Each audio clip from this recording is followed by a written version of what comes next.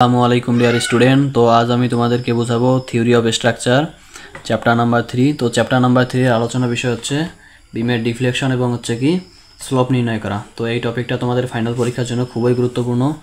তো খেয়াল করো, এটা হচ্ছে আমার কি হক বই থেকে 25 নম্বর উদাহরণ।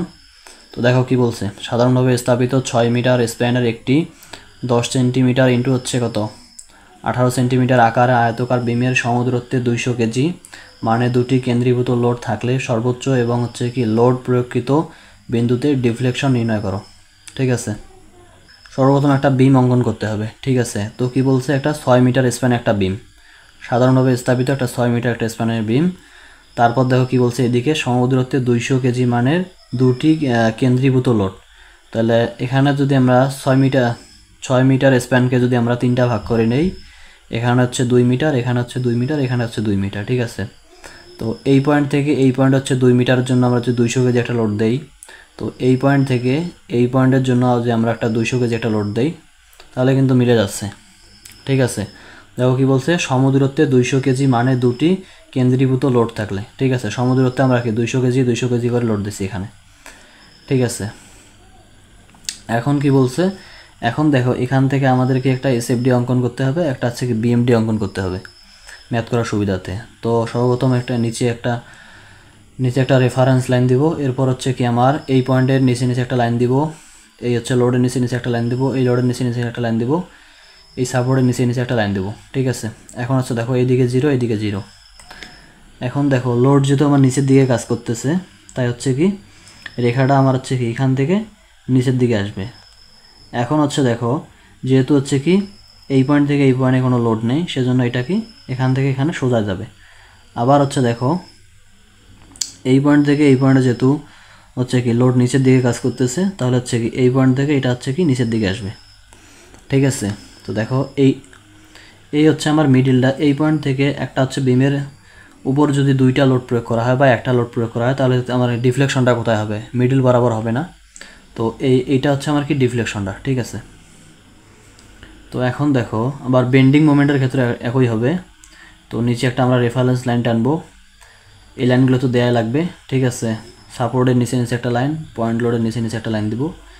এরপর হচ্ছে দেখো বেন্ডিংয়ের ক্ষেত্রে এটা কি হয়েছে, এখান থেকে এটা, তো এটা হচ্ছে কি সোজা যাবে উপরের দিকে। এরপর হচ্ছে এটা যদি সোজায় গেছে, এটা এখানে সোজা যাবে। ঠিক আছে, এটা যেহেতু এখান থেকে নিচের দিকে গেছে, উপরের দিকে গেছে, এটা হচ্ছে কি নিচের দিকে আসবে। ঠিক আছে, তো এখন দেখো, তো এখানে আমরা যে সেকশনটা পাইলাম, এই সেকশনটাকে আমাদের কি 2টা ভাগে ভাগ করতে হবে। ঠিক আছে, একটা হচ্ছে এই দিকের একটা সেকশন কল্পনা করি, এই দিকের একটা সেকশন কল্পনা করি। ঠিক আছে, এখান থেকে যে কোনো একটা সেকশনে কাজ করলে, ঠিক আছে, আমরা যদি এই দিকটা যে কল্পনা করি 2 মিটার মাঝ দিক দিয়ে যে আমরা সেকশনটা পৃথক করি, ঠিক আছে, তাহলে হচ্ছে কি, তো দেখো এইখানে একটা সেকশন পাবো AM1, এইখানে একটা সেকশন পাবো AM2। ঠিক আছে, তো এখন হচ্ছে আমার দেখো এই AM1 এর মান বের করতে হবে, এখন হচ্ছে আবার কি AM2 এর মান বের করতে হবে, তাহলে আমরা কি ডিফ্লেকশনটা পাবো। ঠিক আছে, তো আমরা হচ্ছে এই দিকে বের করলে যেই মানটা পাবো, এই দিকেও বের করলে কিন্তু একই মান পাবো। ঠিক আছে, দেখো চিত্রানুযায়ী মোমেন্ট ডায়াগ্রামের ক্ষেত্রফল। তো এখান থেকে দেখো এখন হচ্ছে কি সর্বপ্রথম মোমেন্টটা আমার বের করতে হবে। ঠিক আছে, মোমেন্টটা হচ্ছে আমার কি, দেখো মোমেন্ট, তো এই ধরনের বিমের ক্ষেত্রে সাধারণভাবে স্থাপিত বিমের ক্ষেত্রে যে পয়েন্ট লোড থাকে তার হচ্ছে মোমেন্ট ইকুয়াল লেখা যায় P × L। পি হচ্ছে আমার কি পয়েন্ট লোড, এল হচ্ছে আমার কি দূরত্ব। ঠিক আছে, তো এই পয়েন্ট থেকে এই পয়েন্টের দূরত্ব কত 2। ঠিক আছে, তো 2কে তো আর হচ্ছে মিটারে রাখা যাবে না, সেন্টিমিটার নিতে হবে। ঠিক আছে, কারণ আমার হচ্ছে কি ডিফ্লেকশনটা সেন্টিমিটার আনতে হবে। ঠিক আছে, দেখো 2 হচ্ছে পয়েন্ট লোড হচ্ছে আমার 200 ইন্টু হচ্ছে 2 হলে কত, 2কে সেন্টিমিটার নিলে কত আসবে 200, এটা ক্যালকুলেশন করলে কত আসে 40,000 কেজি পার সেন্টিমিটার, এটাকে আমার মোমেন্ট আসলো। ঠিক আছে, তো এখন দেখো, তো AM1 এটা হচ্ছে আমার AM1 প্রথম সেকশন, এটা হচ্ছে আমার দ্বিতীয় সেকশন AM2। তো এইটার জন্য AM1 ইকুয়াল লেখা যায়, তো এটা হচ্ছে কি ত্রিভুজ সেকশন আছে না, ত্রিভুজ সেকশনের আমার হচ্ছে কি ক্ষেত্রফল কি লেখা যায়, হাফ ইন্টু ভূমি ইন্টু উচ্চতা। ঠিক আছে, হাফ ইন্টু ভূমি হচ্ছে আমার কি, ভূমি হচ্ছে আমার এই দেখো এই পয়েন্ট থেকে এই পয়েন্টের দূরত্বটা, এই পয়েন্ট থেকে এই পয়েন্টের দূরত্ব কত 2 মিটার, মিটারকে সেন্টিমিটার নিলে কত আসবে 200 সেন্টিমিটার। ঠিক আছে, ইন্টু হচ্ছে কত উচ্চতাটা, কোনটা ধরবো আমরা, মোমেন্টটাকে উচ্চতা ধরবো, উচ্চতা কত এখানে 40,000 ইন্টু 40,000, এটা ক্যালকুলেশন করলে কত আসে এত কেজি পার সেন্টিমিটার আসলো। ঠিক আছে, এখন হচ্ছে এই প্রথম সেকশনটার আমার কি এক্স বারটা নির্ণয় করতে হবে। এক্স বারটা কি দেখো, তো এই বহিস্থ প্রান্ত থেকে এই সেকশনে হচ্ছে কি মাঝামাঝি পর্যন্ত যে দূরত্বটা, এটা হচ্ছে আমার এক্স বার, ঠিক আছে। তো এই ত্রিভুজে আমার এক্স বারের সূত্রটা হচ্ছে কি 2/3 ইন্টু হচ্ছে এল, ঠিক আছে। এটা হচ্ছে মুখস্থ, ঠিক আছে। তো এলটা এখানে কি, এলটা হচ্ছে আমার এখানে দৈর্ঘ্য, ঠিক আছে। তো এটা ক্যালকুলেশন করলে কত হয়, দৈর্ঘ্য হচ্ছে কত 200, 2 মিটার, এটা সেন্টিমিটারে কত আসবে 200 সেন্টিমিটার, 2/3 ইন্টু হচ্ছে 200, এটা ক্যালকুলেশন করলে কত হয়েছে 133.34 সেন্টিমিটার, ঠিক আছে। এখন হচ্ছে আমার কি AM2 হচ্ছে কি এই সেকশনটার ক্ষেত্রফল, এটা কি চতুর্ভুজ সেকশন না।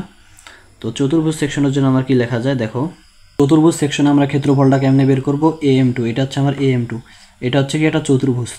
তো দেখো আমাদের হচ্ছে কি এই পয়েন্ট থেকে এই পয়েন্টের দূরত্ব ছিল 2 মিটার, ঠিক আছে। যেহেতু আমরা এটা পৃথক করে নিয়েছি, তাহলে এই দূরত্বটা কত, এখান থেকে এখানে 1 মিটার, ঠিক আছে।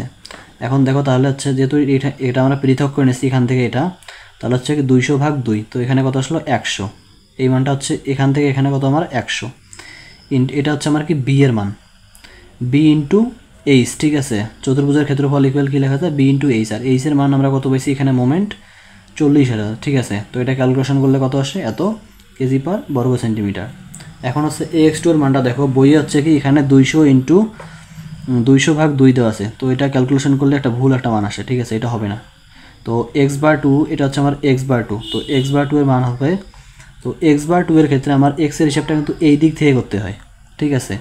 তো এখানে মান আমার কত 200, 2 মিটার, সেন্টিমিটার নিলে কত হবে, এই মানটা হবে কত 200 সেন্টিমিটার, ঠিক আছে। 200 সেন্টিমিটার প্লাস এই মানটা আমাকে নিতেই হবে আগে, 200 সেন্টিমিটার প্লাস, এবার হচ্ছে কি এই চতুর্ভুজের আমি অর্ধেক মান নিব, অর্ধেক মান নিলে কত হবে দেখো 200 ভাগ হচ্ছে 2, তো এখানে কত আসে 100, আর এখানে হচ্ছে কত 200, তাই 200 আর এখানে কত 100, তো 300, তো x2 এর মান হচ্ছে কত 300 সেন্টিমিটার, ঠিক আছে। এখন হচ্ছে কি আমার লাগবে, এখন আমি কি পেলাম দেখো, ডিফ্লেকশনের মান আমি পেলাম AM1 পেলাম, x বার 1 পেলাম, AM2 পেলাম, x বার 2 পেলাম, ঠিক আছে। এখন লাগবে হচ্ছে আমার ই এর মান দেখো, তো ই এর মান হচ্ছে প্রশ্নের মধ্যে কি দেয়া নেই, তো ই এর মানটা এখানে হচ্ছে কি ধরে নেওয়া হয়েছে, কত হচ্ছে 2 ইন্টু হচ্ছে 10⁻6, ঠিক আছে। এরপর দেখো আই এর মানটা, এরপর লিখবে কি আমার আই এর মান লাগবে মোমেন্ট অফ ইনারশিয়া, ঠিক আছে। তো মোমেন্ট অফ ইনারশিয়া দেখো স্প্যানের আকার কত দিয়েছে 10 সেন্টিমিটার ইন্টু 10 সেন্টিমিটার, তো মোমেন্ট অফ ইনারশিয়া আমরা কি জানি আই ইকুয়াল বিডি কিউব, হচ্ছে বিডি কিউব বা হচ্ছে 12, এখানে হচ্ছে বি এর মান হচ্ছে 10, ডি এর মান হচ্ছে 18, ঠিক আছে। তো বিডি কিউব বা হচ্ছে 12, এটা ক্যালকুলেশন করলে কত এসে 4860 সেন্টিমিটার পার 4, তো হচ্ছে কি মোমেন্ট অফ ইনারশিয়ার একক হচ্ছে সেন্টিমিটার পার 4-এ করতে হয়, ঠিক আছে। তো এটা ক্যালকুলেশন করলে কত আসে 0.178 সেন্টিমিটার, ঠিক আছে।